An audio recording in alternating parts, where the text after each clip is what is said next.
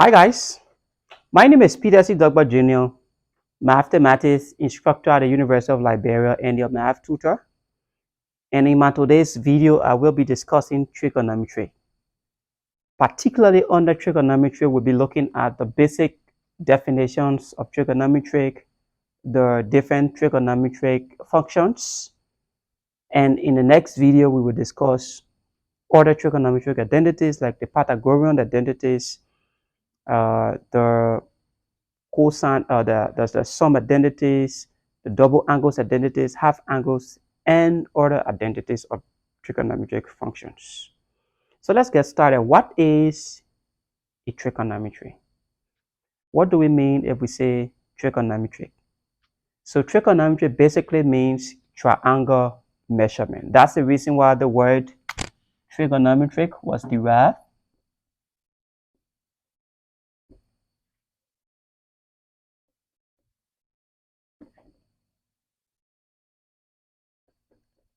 The word trigonometric was derived from two basic words.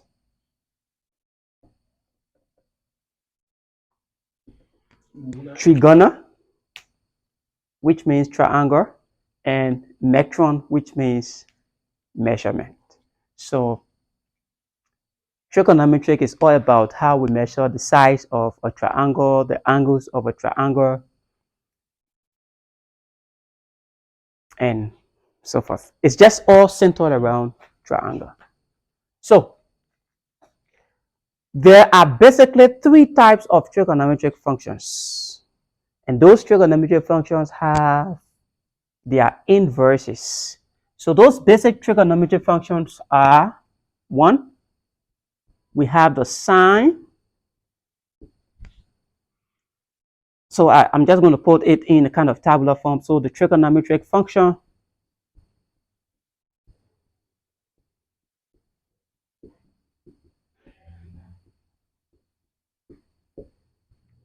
and then I'm going to put here this area, I'm going to put the abbreviation.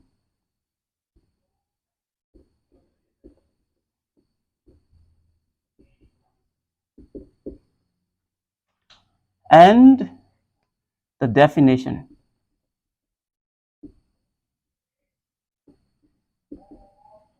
Okay, so the first trigonometric function we have is what we refer to as sin. And the abbreviation for sin is just sin. The definition for sin is the opposite side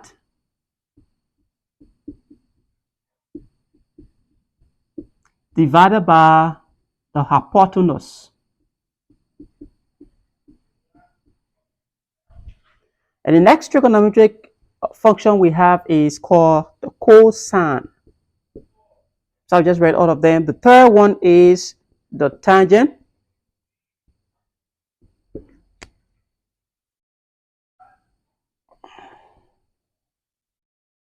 So the cosine, the abbreviation is cos, C-O-S. And the definition for cos is adjacent side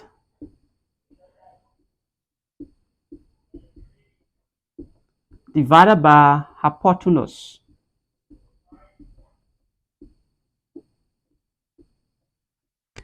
And the tangent, the abbreviation is tan. And the definition is the opposite side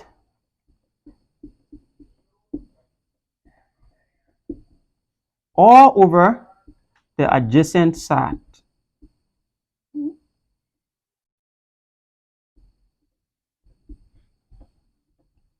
So it is also defined as sine all over cosine. And we're going to explain more on that later. So these are the three most important trigonometric functions. So these trigonometric functions have what we refer to as their inverses. So sine has an inverse of cosecant.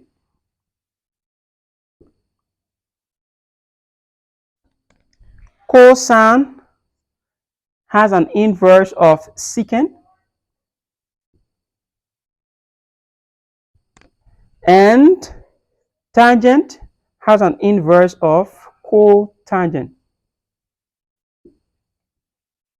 So the abbreviation for cosecant is just CSC.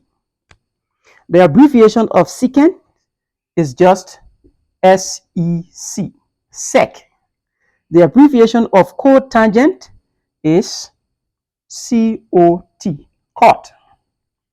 Now, their definitions are the opposite of these three definitions.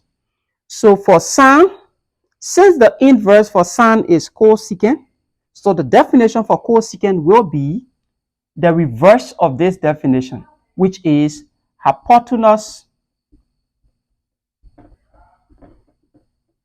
divided by opposite side.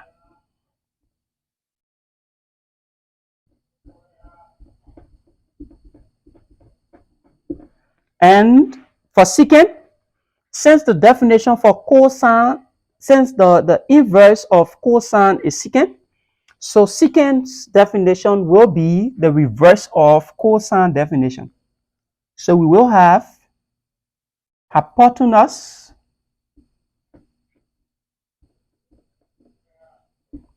divided by adjacent side.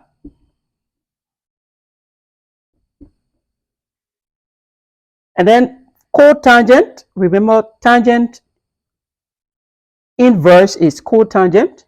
So if tangent is defined as opposite side or over adjacent side, it means tangent will be defined as adjacent side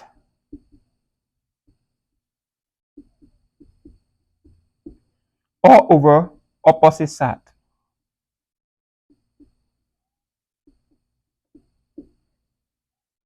Now, these also have abbreviations. All of these also have abbreviations.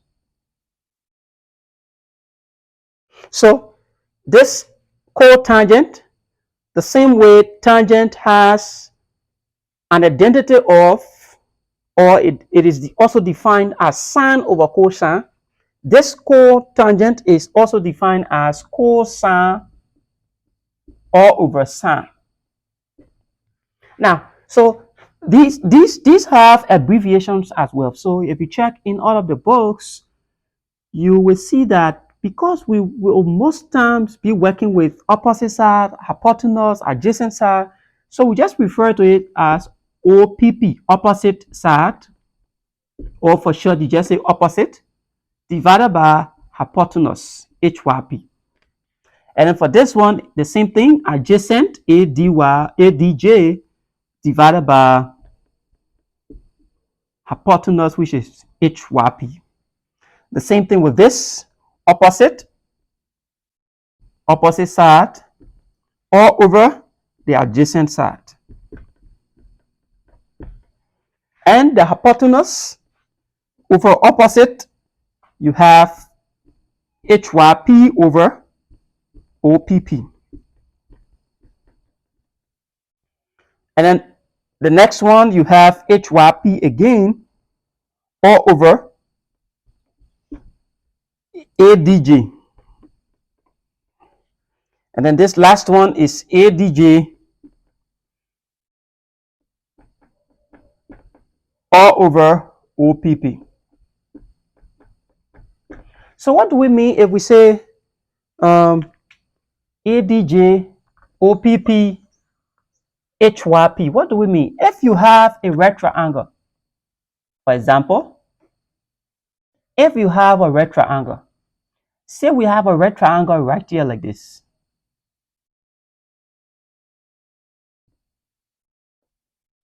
Now, this is a rectangle. Let me use the color chalk or color marker. This is a rectangle right here.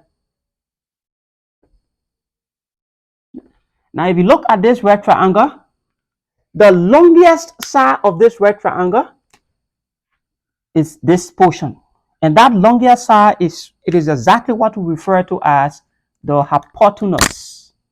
So we abbreviate it as HYP. Now, both the remaining sides are referred to as the opposite and the adjacent, but the opposite and adjacent depends on the angle of consideration. If we had an angle right in this position, angle theta, it means this is the angle, the face of the angle is in this direction, right?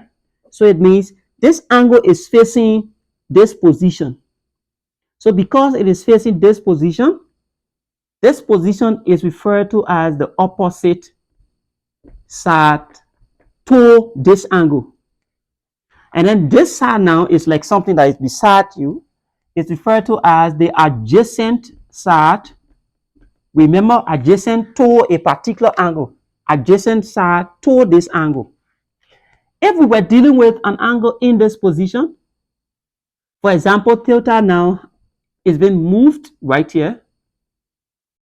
It means that we are no longer looking at this opposite side as the opposite side. Instead, we are looking at this side as the opposite side and this side as the adjacent side. So whenever they give you a triangle and they ask you, what is this a triangle? They ask you, what is sine of theta?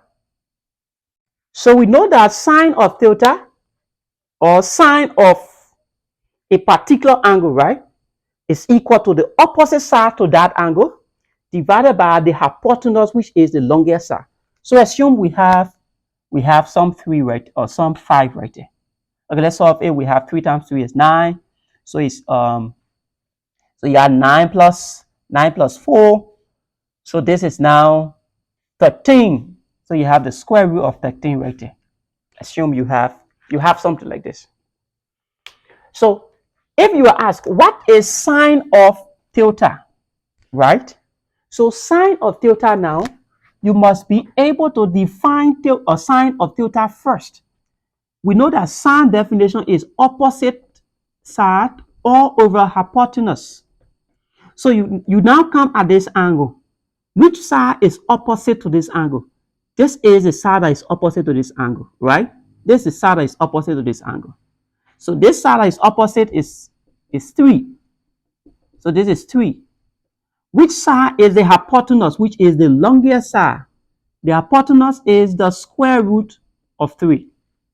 So therefore, sine of theta now is equal to 3 divided by 13. And actually, our goal is not to simplify these things. We just want to show you how we can define the trigonometric function given a right triangle. So you want to further simplify it, you can rationalize the square root of 13, but that is not our goal for this lesson. So these are the 6 trigonometric functions. These are their abbreviations. These are their definitions. These are the abbreviations of the definitions of the 6 trigonometric functions. So this is how we define sine function, cosine function, tangent function, cosecant function, secant function, and that of cotangent function. So thanks also much for watching. See you in our next video where we will discuss further on what is the sine of a particular angle, what is cosine of a particular angle, and we will relate with all of these trigonometric functions to that particular angle or to numerous of other angles. And in other videos, we will derive more of the trigonometric identities. Thanks also much for watching. See you next class.